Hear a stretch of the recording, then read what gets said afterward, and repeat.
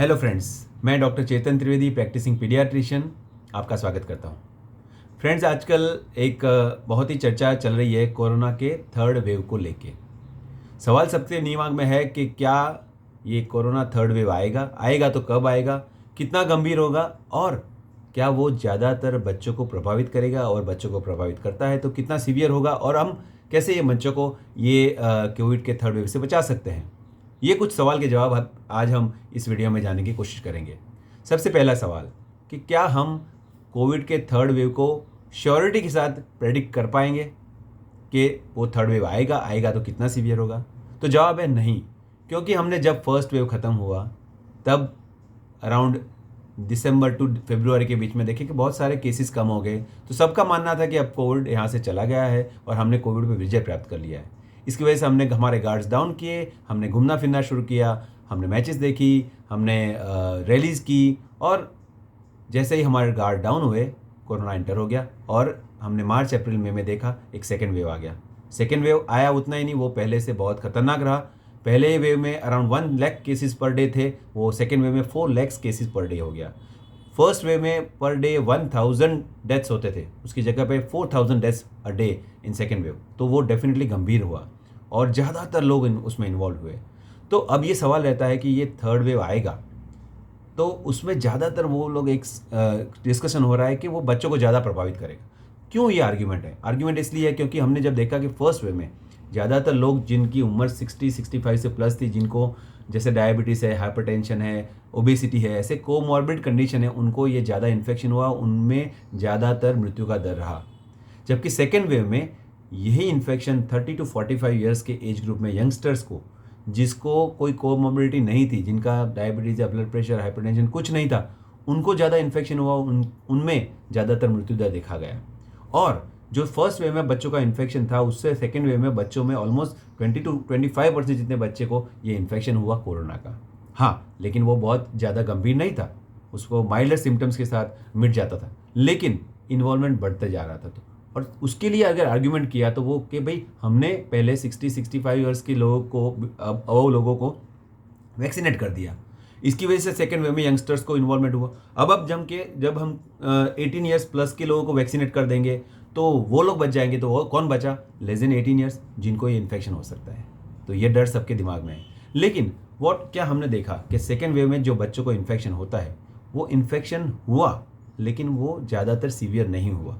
उसके भी पीछे कुछ कारण है, जैसे कि जो कोरोना का वायरस है वो हमारे शरीर में एंटर होता है, तो जो सांस थैली के ऊपर रेस्पिरेटरी एपिथेलियम होता है, उसके ऊपर कुछ रिसेप्टर्स होने चाहिए जिसके ऊपर कोरोना अटैच होता है। ये बच्चों में ये रिसेप्टर्स कम होने की वजह से बच्चों को गंभीर कोरोना नहीं होता है। सेकंड रीज़न है कि शायद बच्चों को हमने वैक्सीनेशन देते रहते हैं, जिसकी वजह से उनका इम्यून सिस्टम ऑलरेडी स्टिमुलेटेड है, जो शायद बच्चों को सीवियर कोरोना होने से बचा रहा है। या फिर बच्चों को ज़्यादातर आमतौर पर हम देखते हैं कि वायरल इन्फेक्शन होते हैं, जो शायद कोरोना के सामने क्रॉस प्रोटेक्शन दे रहा है। तो ये सब आर्ग्यूमेंट्स है जिसकी वजह से बच्चों को ये कोरोना सीवियर नहीं देखा जाता है। लेकिन ये फैक्ट भी है कि जो बच्चों को इन्फेक्शन हुआ वो ज़्यादा सीवियर नहीं होता है। अब सवाल ये है कि अगर बच्चों में सीवियर इन्फेक्शन कोरोना होता है तो किस प्रकार से हो सकता है?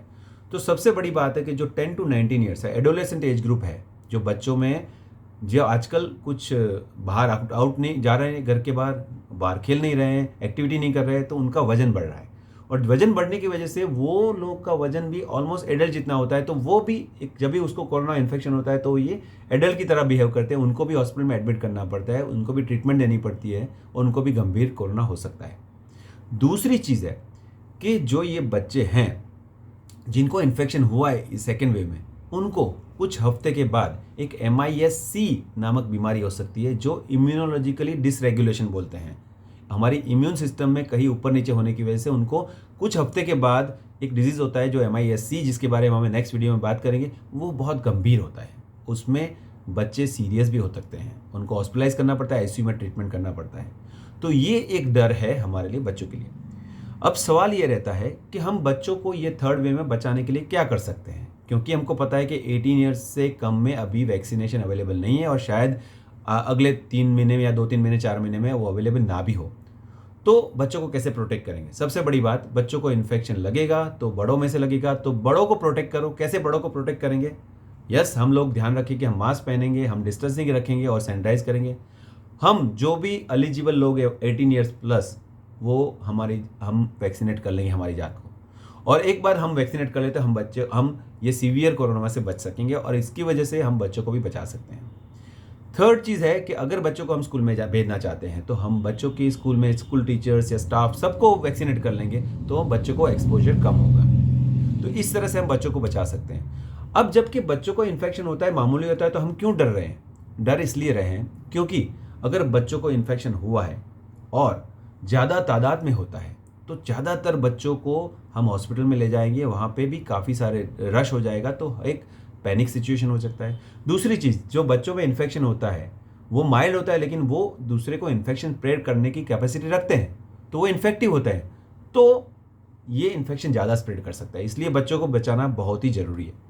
तीसरी चीज़, एक बातें चल रही है कि एक कोई बूस्टर शॉट है जो वंडर शॉट है, जो बच्चों को कोविड से बचा लेगा, और शायद ये यहाँ पे हमारी थोड़ी गलतफहमी है। ये बात हो रही है बूस्टर शॉट फ्लू के शॉट के लिए। ये फ्लू का शॉट है जो हमारे स्वाइन फ्लू या इन्फ्लुएंजा से बच्चों को प्रोटेक्ट करता है।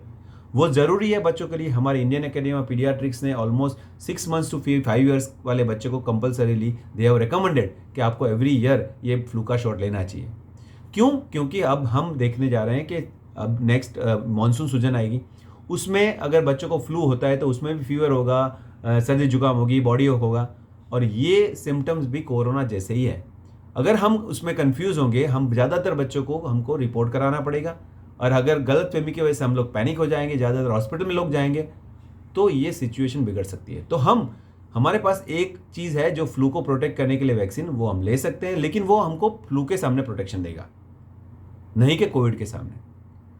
तो यस, अगर हमको बच्चों को बचाना है तो हमको एक रोल मॉडल बनना है एडल्ट्स को, हमको मास्क पहनना है, हमको सोशल डिस्टेंसिंग रखना है, हमको सैनिटाइज करना है, कोविड एप्रोप्रिएट बिहेवियर, ज़्यादातर भीड़ में नहीं जाना है, जब भी जाते हैं तो हमारी जात को प्रोटेक्ट करना चाहिए। तो ये सब करेंगे तो हम बच्चों को थर्ड वेव आएगा तो भी उसको प्रोटेक्ट कर पाएंगे और हम सब उसमें से बच सकेंगे। ये कुछ बातें थी थर्ड वेव को लेके। Thank you so much for watching this video. अगर आपको पसंद आया तो प्लीज़ लाइक कीजिए और शेयर कीजिए। Thank you.